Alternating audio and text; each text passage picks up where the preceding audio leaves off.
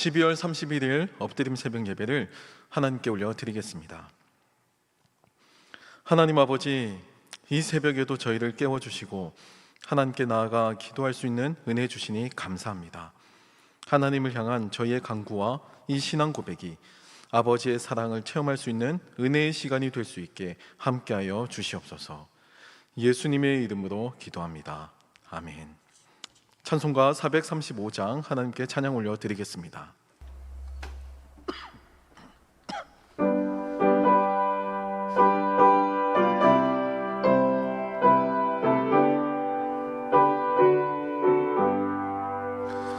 나의 영원하신 기업 생명보다 귀하다. 나의 갈 길 다가도록 나와 동행하소서. 주께로 가까이 주께로 나의 갈 길 다가도록 나와 동행하소서. 세상 그 귀한 일함과 모든 명예 버리고 험한 길을 가는 동안 나와 동행하소서. 주께로 가까이 주께로 가오니 나의 갈 길 다가도록 나와 동행하소서. 어둠 험한 바다 건너서 천국문에 이르도록 나와 동행하소서. 주께로 가까이 주께로 가오니 나의 갈 길 다가도록 나와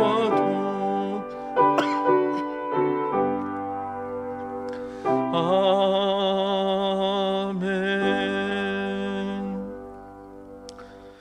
오늘 우리에게 주시는 하나님 말씀은 잠언 31장 10절로 31절 말씀입니다. 구약 946쪽, 생명의 삶은 160쪽에서 161쪽입니다. 이제 하나님의 말씀을 봉독합니다. 누가 현숙한 여인을 찾아 얻겠느냐? 그의 값은 진주보다 더하니라. 그런 자의 남편의 마음은 그를 믿나니 산업이 핍절하지 아니하겠으며, 그런 자는 살아있는 동안에 그의 남편에게 선을 행하고 악을 행하지 아니하느니라.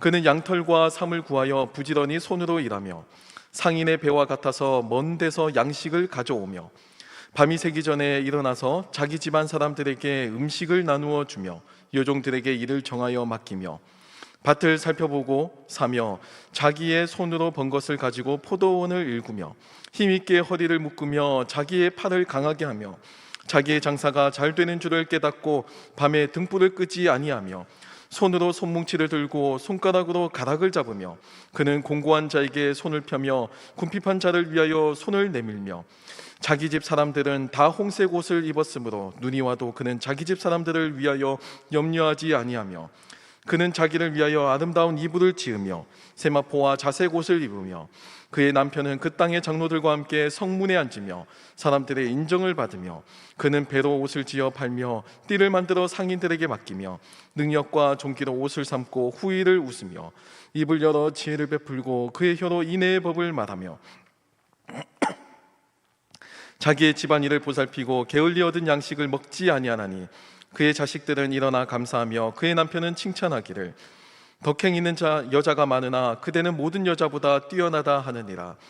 고운 것도 거짓되고 아름다운 것도 헛되나 오직 여호와를 경외하는 여자는 칭찬을 받을 것이라. 그 손의 열매가 그에게로 돌아갈 것이요 그 행한 일로 말미암아 성문에서 칭찬을 받으리라. 이 말씀은 살아계신 하나님의 말씀입니다. 아멘. 이 새벽에도 하나님께서 우리 모두에게 은혜를 주실 줄 믿습니다. 2023년을 맞이하는 저희들 모두에게 하나님의 은혜와 평강이 함께하길 기도합니다. 기독교를 오해하는 많은 사람들이 구약과 신약을 분리해서 많이 이해합니다. 그러니까 구약의 내용과 신약의 내용이 너무 많이 다르다는 의미예요. 구약의 하나님과 신약의 하나님이 다르다고 이해하기도 하고요. 또는 이것을 조금 더 나아가서 유대교와 기독교를 구분해서, 그러니까 율법을 중요하게 여기는 구약과 또 은혜와 믿음을 강조하는 신약을 이렇게 분리하기도 합니다. 심지어 사도 바울을 새로운 종교의 창시자로 보는 입장이 있죠. 바울에서부터 오늘날 기독교가 태동했다라고 보는 일부 학자들의 의견도 있을 정도입니다. 사실 겉으로만 보면 구약과 신약은 여러 가지 모습에서 분명한 차이가 있습니다. 구약은 유대민족을 중심으로 해서 이렇게 유대민족 중심의 역사가 흘러가죠. 그러니까 구약 성경은 유대인들에게는 하나의 역사서, 역사 교과서라고 할 수 있습니다. 하지만 신약 성경은요, 성전을 중심으로 하는 그런 예배에서 탈피해서 모든 이방 민족들, 모든 민족들에게 흘러가는 그 복음의 보편성을 더 강조하고 있죠. 그런 점에서 역사적 관점에서 차이가 있고요. 또 복음의 내용이 구약에는 이스라엘 민족의 역사 속에서 투영되어서 읽혀지고 성전을 중심으로 하는 예배가 강조되며 또 사회 정의를 비롯한 구제와 긍휼이 그 가나안 땅, 즉 젖과 꿀이 흐르는 땅에서 이루어져야 함을 강조하며 나타납니다. 하지만 이에 반해서 신약 성경은 유대 민족이라는 정체성보다 예수 그리스도의 그 복음을 받아들이는 사람의 정체성을 더 강조합니다. 그래서 이방 민족에게도 차별이 없고 또 율법, 특별히 제사법이나 음식 정결 규례는 아예 이방 민족들에게는 전혀 해당되지 않기도 합니다. 성전에 대한 그 예배를 강조하던 이 구약의 입장도 이제는 성령의 임재로 말미암아 바뀌는 그 영과 진리로 드리는 예배로서 아예 그 강조점이 달라지기도 하죠.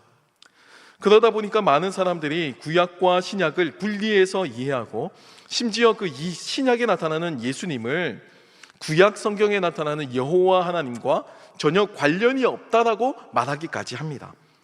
하지만 구약에도요, 이 예수 그리스도가 등장합니다. 창세기에서 하나님께서 인간을 창조하실 때 우리의 모습을 따라 우리의 형상대로 만들자, 이런 표현이 나오거든요. 여기서 말하는 우리가 복수형이잖아요. 그래서 보통 흔히 이것을 장엄복수형이라고 표현하기도 하는데, 이것을 삼위일체 하나님의 그 한 근거로서 보기도 합니다. 하나님께서 태초에 이 세상을 창조하시는 그 시점에, 인간을 자신의 형상을 따라 만드시는 그 시점에 이미 성부 하나님과 성자 예수 그리스도, 성령 하나님이 함께 계셨다라고 보는 겁니다.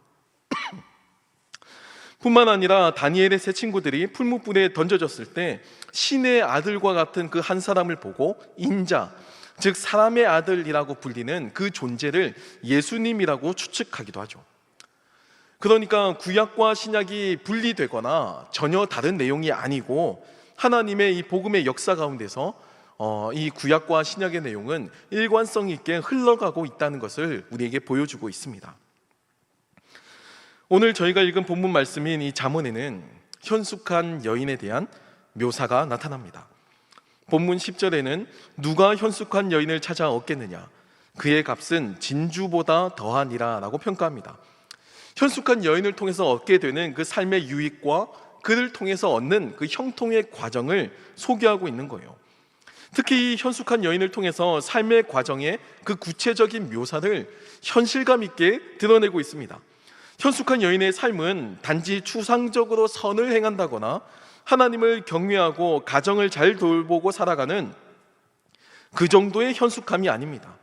우리의 이 삶의 현실에서 직접적으로 부딪히고 직접적으로 대면하고 직접적으로 살아내고 살아가는 그 과정 속에서 나타나죠. 그 예로 이런 표현들이 있는데요, 제가 소개해드리면 부지런히 손으로 일하고 먼 데서 양식을 가져오고 밤이 새기 전 자기 집안 사람들에게 음식을 나누어 주고 여종들에게 일 분배도 잘하고 생활력도 강하고 공고한 자에게 은혜를 베푸는 자비도 갖춘 그 여성의 모습을 현실감 있게 소개하고 있습니다. 요한복음에는 태초에 말씀이 계셨다라고 표현하면서 예수님을 이 말씀이 성육신하신 분으로서 소개합니다. 이것을 전통적으로 이 예수님을 말씀인 이 로고스가 성육신하셨다라고 표현하는데요, 많은 그 개혁주의 전통의 신학자들이 이 말씀을 가지고 구약의 이 지혜가 이제 이런 로고스 말씀이다라고 표현합니다. 이 지혜가 특별히 잠언에서는요 의인화되어서 나타나는데, 잠언 초반에서부터 의인화된 그 지혜가 이제 오늘 본문에 이르게 되면 현숙한 여인의 모습으로 구체적이고 현실감 있는 그 입체적인 모습으로 나타나고 있는 셈입니다. 그러니까 신약의 성육신하신 그 예수 그리스도가 구약에서는 지혜로서 이 현숙한 여인의 모습으로서 나타나고 있는 셈이에요. 현숙한 여인을 얻어서 형통한 삶을 살아가는 고대의 처세술 정도를 설명하는 것 같은 오늘의 본문은 실제로는 그런 의미에서 예수님을 믿고 또 예수님을 따라 살아가는 우리들의 삶의 모습을 미리 보여주고 있습니다. 현숙한 여인을 두고 살아가는 남편이 복된 삶을 사는 것과 같이 참된 지혜이신, 참된 말씀이신 이 예수 그리스도와 동행하며 살아가는 삶, 예수를 믿는 삶이 이 현실 속에서 직접 살아내는 그 삶이 진정으로 복되다라고 권면하고 있는 거예요. 고대 근동사회에서 여인에 대한 표상은 가정을 잘 섬기는 모습으로 이상화되어서 나타납니다. 가부장적인 문화였잖아요. 그 속에서 여성에 대한 이해는요, 남편을 잘 섬기고 또 그 가정을 형통하게 하는 그런 길잡이로 나타납니다. 고대 근동사회에서 여성에 대한 그 인권의식이 낮았다는 그 사실을 고려해 보면 이 여성 한 사람의 존재로 말미암아 남편이나 가족, 나아가 그 민족 전체까지도 달라질 수도 있다라고 하는 선언은 굉장히 파격적인 선언이라고 할 수 있죠. 단지 현숙한 여인이 삶에 미치는 영향 정도가 아니고 이들로 인해서 삶의 조건과 결과가 달라지는 것까지 설명하는 셈입니다. 이 현숙한 여인은 다르게 표현하면 바로 복음입니다. 지혜라고 불리는 이 호크마가 여성 명사로서 고대 근동사회에서 여성화되어서 설명되었거든요. 그리고 이 여성적인 형태로 추상화된 호크마, 이 지혜가 고대인들을 진리의 삶으로 이끌고 형통의 복으로서 이끄는 길잡이 역할을 감당했던 겁니다. 오늘날에는 복음이 바로 그 역할을 감당하고 있죠. 복음은 단지 교리의 건조한 명제들의 총합도 아니고 신학 지식의 모음도 아니고, 복음은 우리의 삶을 현실 속에서 입체감 있게 직접적으로 우리를 이끌고 있습니다.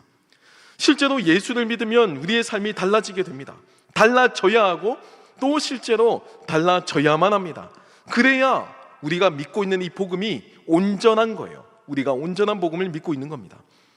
단지 머리로만 납득하고 인지해서 예수를 믿고 구원받는 것이 복음의 혜택의 전부가 아니고, 복음을 내 삶의 받아들임을 통해서 삶을 대하는 나의 태도가 달라지게 되는 겁니다.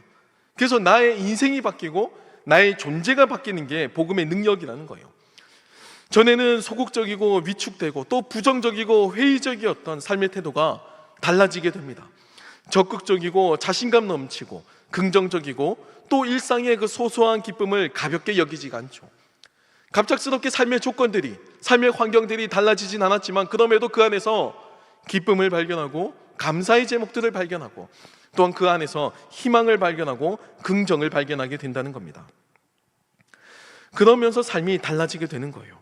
단지 예수 믿고 나서 죽어서만 가는 천국이 아니고 우리가 살아가는 이 시공간 안에서, 이 현실 속에서 예수를 믿고 변화된 그 모습을 드러내는 것, 그것이 바로 복음이라는 겁니다.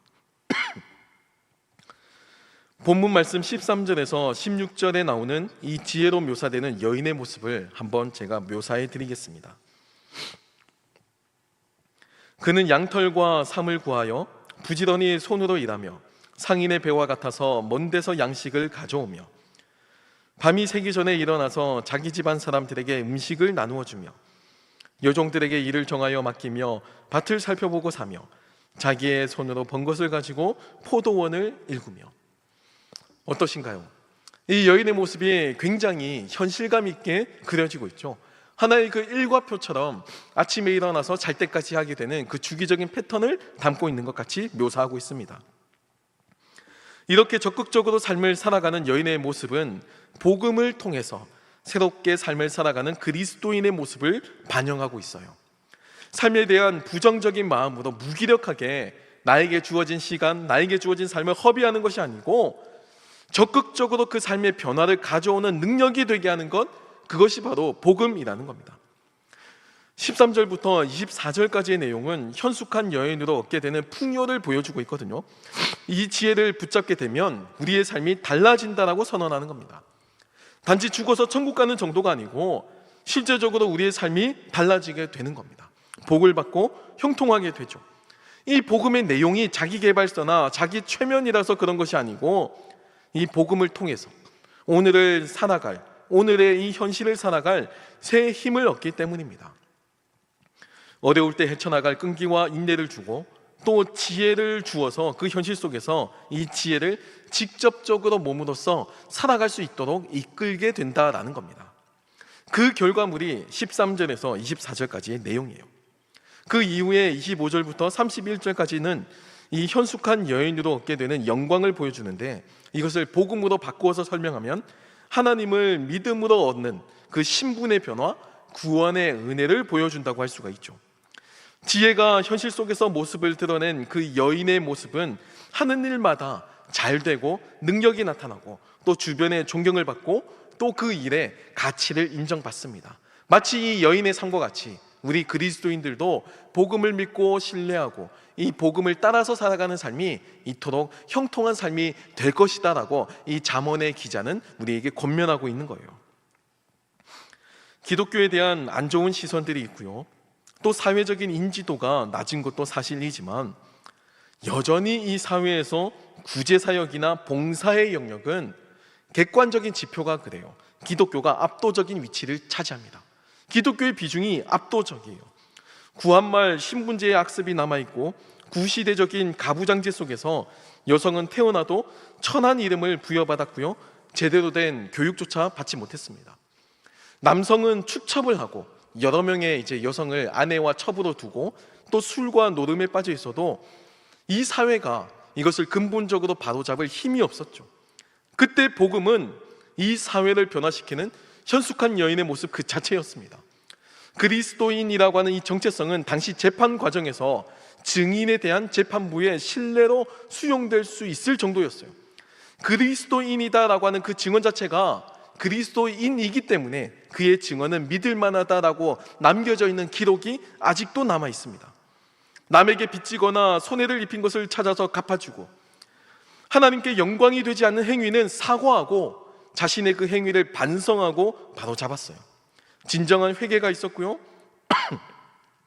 그 중독성이 강한 술과 도박에 빠져있던 사람들도 여기에서 벗어나 하나님 앞에서 깨끗하게 살고자 몸부림쳤습니다.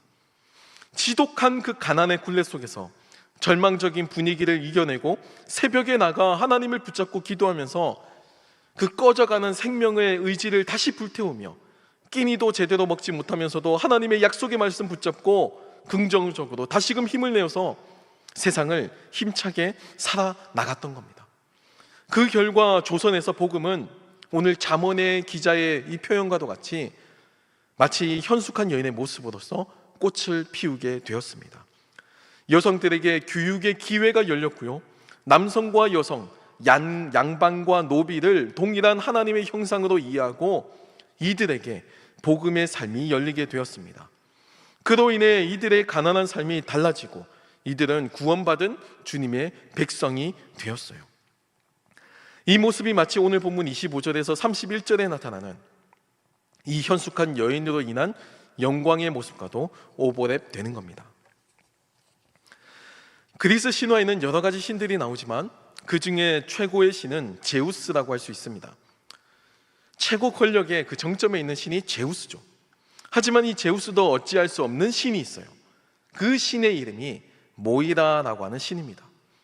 이 신은 운명이라는 뜻을 가지고 있는데 최고의 신인 제우스도 운명 앞에서는 어쩔 수 없다는 겁니다. 권력을 가진 자도, 똑똑하다고 자부하는 자도, 돈이 많다고 자부하는 자도 자신의 운명을 예측할 수 없어요.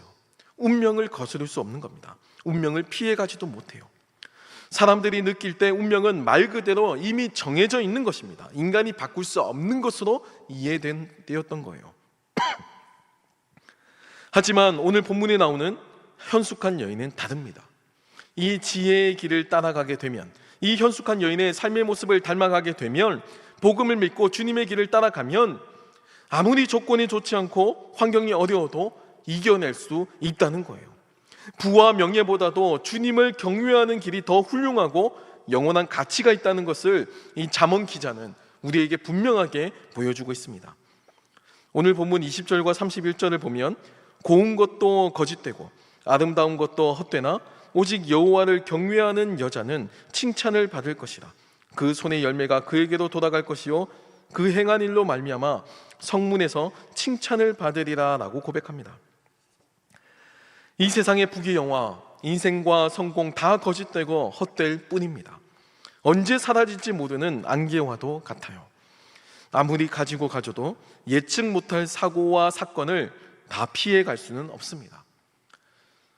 이 세상을 살아가는 모든 인간들이, 우리 모두가 다 마치 이 운명의 신인 모이라 앞에 벌벌 떨며 살아가는 사람들과도 같습니다. 사랑하는 성도 여러분, 오늘날 우리는 즉각적인 반응에 익숙한 인스턴트 시대를 살아가고 있습니다. 진득하게 기다리거나 인내하기보다는 즉흥적인 시대를 살죠. 마치 집중력을 도둑맞고 늘 번잡하게 살아가는, 그 분주한 일상을 살아가는 그런 존재로 여겨지기도 합니다. 그러다 보니까 하나님을 경외하는 깊이 있는 삶을 살기보다는 자극적이고 화려한 삶을 갈망하고, 심지어는 그것이 죄인지 알면서도 합리화하며 그 삶을 적응하며 살아가기도 합니다. 오늘 잠언의 말씀은 이 현숙한 여인이라고 하는 표상을 통해서 복음을 붙들고 살아가는 삶의 모습을 설득력 있게 제시합니다. 단지 머리로 납득하고 이해하는 신앙이 아니고, 이 복음은 구체적인 삶의 모습으로서 마치 이 현숙한 여인의 모습과도 같이 이 복음의 내용이 현실 속에서 나타나고 드러나야만 하는 거예요. 그럴 때 우리의 삶의 조건들과 환경도 달라지게 될 줄 믿습니다. 2023년을 마무리하며 다가올 2024년을 하나님을 향한 신뢰와 기대감으로 이 현숙한 여인과 같이 살아가는 저와 여러분이 되길 기도합니다. 기도하겠습니다. 살아계신 하나님 아버지, 각자 도생하는 험난한 삶의 조건들 속에서 흔들리지 않고 복음을 붙잡고 현숙한 여인과 같이 살아가는 우리 모두가 되게 도와주시옵소서. 2023년을 지켜주신 주님께 감사를 드립니다. 삶의 조건이 달라지지 않았지만 언제나 새 일을 행하시는 하나님을 기대하며 다가오는 2024년을 희망으로 바라보게 하여 주시옵소서. 교회를 위해서 기도합니다. 복음 사역 잘 감당하며 소그룹과 교구 그리고 교육부서 모두 예수 그리스도의 장성한 분량까지 성장하도록 지켜주시고, 존경하는 원로 목사님과도 함께하여 주셔서 맡기신 소명 감당하시기에 부족함이 없도록 건강 지켜주시고, 사랑하는 담임 목사님 눈에는 눈물의 기도의 흔적이, 손과 발에는 섬김의 흔적이, 삶에는 예수의 흔적이 가득하게 하셔서 하나님께 영광이 되게 하여 주시옵소서. 이 시간에도 하나님께 예물을 드린 손길들 또한 있습니다. 이 예물이 쓰이는 곳마다 하나님의 영광이 나타나고 하나님의 나라가 확장되는 데 선용되게 도와주시옵소서. 물질을 통해서 드린 마음과 헌신이 하나님께서 흠양하시는 합당한 예물이 되게 하시고, 이를 통해 하나님께 영광이요 우리에게도 기쁨이 되게 하여 주시옵소서. 예수님의 이름으로 기도드립니다. 아멘. 하늘에 계신 우리 아버지, 아버지의 이름을 거룩하게 하시며 아버지의 나라가 오게 하시며 아버지의 뜻이 하늘에서와 같이 땅에서도 이루어지게 하소서. 오늘 우리에게 일용할 양식을 주시고 우리가 우리에게 잘못한 사람을 용서하여 준 것 같이 우리 죄를 용서하여 주시고 우리를 시험에 빠지지 않게 하시고 악에서 구하소서. 나라와 권능과 영광이 영원히 아버지의 것입니다. 아멘. 이 시간 기도하실 때 나라와 민족 그리고 교회를 위해서 또 오늘 말씀을 놓고 계속해서 기도의 자리로 나아가겠습니다.